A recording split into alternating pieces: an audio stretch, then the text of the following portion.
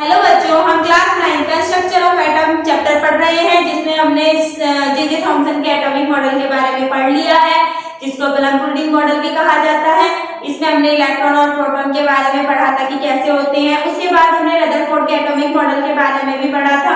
मैंने आपको बताया था कि गोल्ड फॉइल होती है, उस पर अल्फा पार्टिकलों की पहुंचार कराई जाती है।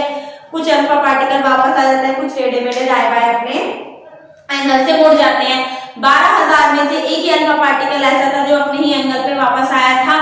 उससे फिर जो हमारे रदरफोर्ड है उसने न्यूक्लियस की डिस्कवरी करी थी, और न्यूक्लियस की डिस्कवरी करने पर जो रदरफोर्ड है उनको नोबेल प्राइज भी मिला था 1908 में।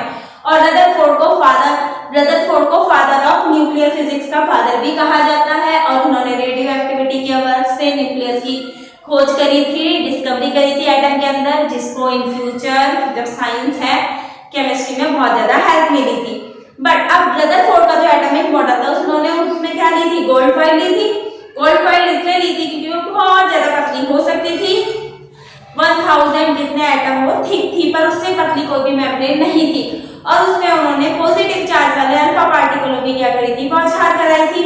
अब जब अल्फा पार्टिकल उनके पास आए थे तो कुछ सीधे निकल गए थे, कुछ दाएं बाएं अपने एंगल पर निकल गए थे।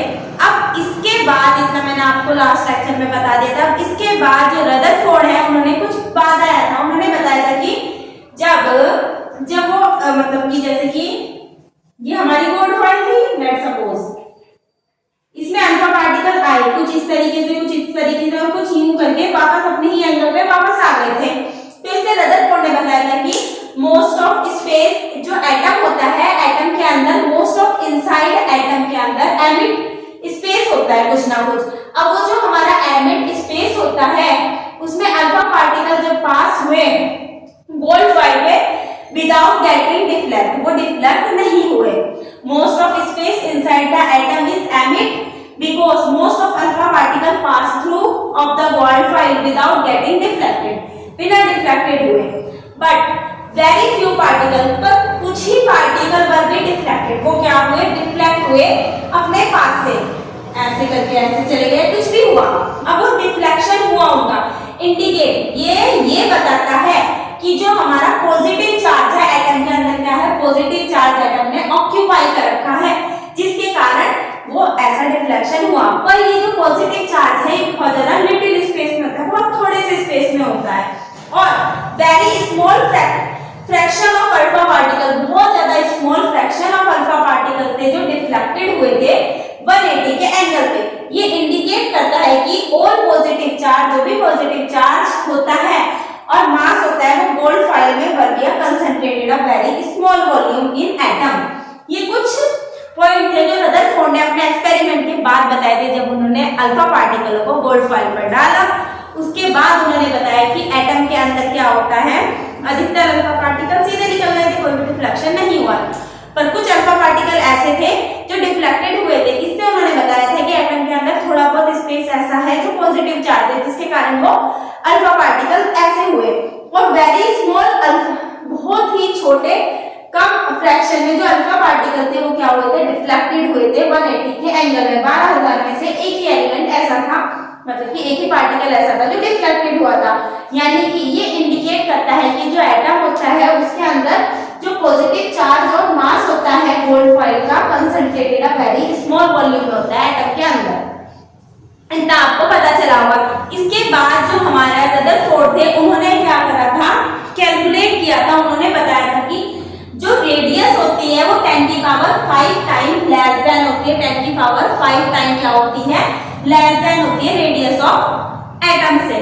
अब जो रदरफोर्ड थे उनका जो एटॉमिक मॉडल था, जब उन्होंने न्यूक्लियस की डिस्कवरी कर दी थी, उसके बाद उन्होंने बताया कि जो एटम होता है, एटम के अंदर क्या होता है, पॉजिटिव चार्ज सेंटर होता है। एटम के अंदर जो पॉजिटिव चार्ज सेंटर होता है, और जिसे उन्होंने क्या कहा, न्यूक्लियस कहा।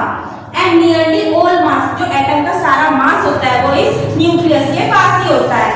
और जो ये न्यूक्लियस होता है, इसके जो चारों तरफ क्या होते हैं, जो हमारे इलेक्ट्रॉन होते हैं वो क्या होते हैं, इस न्यूक्लियस के चारों तरफ घूमते रहते हैं। और उन्होंने बताया कि जो साइज होता है न्यूक्लियस का वो क्या होता है, बहुत ज्यादा स्मॉल होता है एज कंपेयर टू एटम।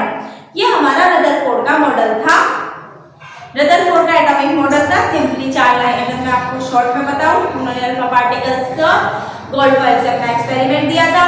उन्होंने डिफ्लेक्शन के कारण जब एक पार्टिकल डिफ्लेक्ट हुआ था तो उसके बाद उन्होंने बताया था कि एटम के अंदर कुछ स्पेस ऐसा होता है जो क्या होता है, एमिट होता है, और उसे उन्होंने न्यूक्लियस कहा। और उन्होंने बताया कि जो एटम का सारा मास होता है वो इस न्यूक्लियस के पास ही होता है, और जो इलेक्ट्रॉन होते हैं इसके चारों तरफ घूमते रहते हैं। और जो साइज होता है न्यूक्लियस का वो एटम के कंपेयर में क्या होता है, बहुत ज्यादा छोटा होता है। जो रेडियस होती है वो 10 की पावर 5 टाइम लेस देन होती है रेडियस ऑफ एटम से, न्यूक्लियस की रेडियस। ये हमारा रदरफोर्ड का मॉडल था। अब रदरफोर्ड के मॉडल में कुछ उसके ड्रॉबैक भी थे, उसकी कुछ कमियां भी थी। उन्होंने बताया था कि जब एटम रिवॉल्व कर रहे हैं इस न्यूक्लियस के चारों तरफ तो लगातार अपनी एनर्जी का लॉस कर रहे हैं। अगर वो लगातार अपनी एनर्जी का लॉस करेंगे तो एक समय ऐसा आएगा कि वो न्यूक्लियस में गिर जाएंगे जो इलेक्ट्रॉन है। अगर इलेक्ट्रॉन न्यूक्लियस के चारों तरफ घूम रहे हैं तो एक समय ऐसा आएगा कि वो क्या होंगे, उस न्यूक्लियस में गिर जाएंगे, पर ऐसा नहीं होता है। अब ऐसा नहीं होता है और साइंटिस्टों ने बताया, तो जो रदरफोर्ड की जितनी भी कमियां थी उनको सबको दूर करके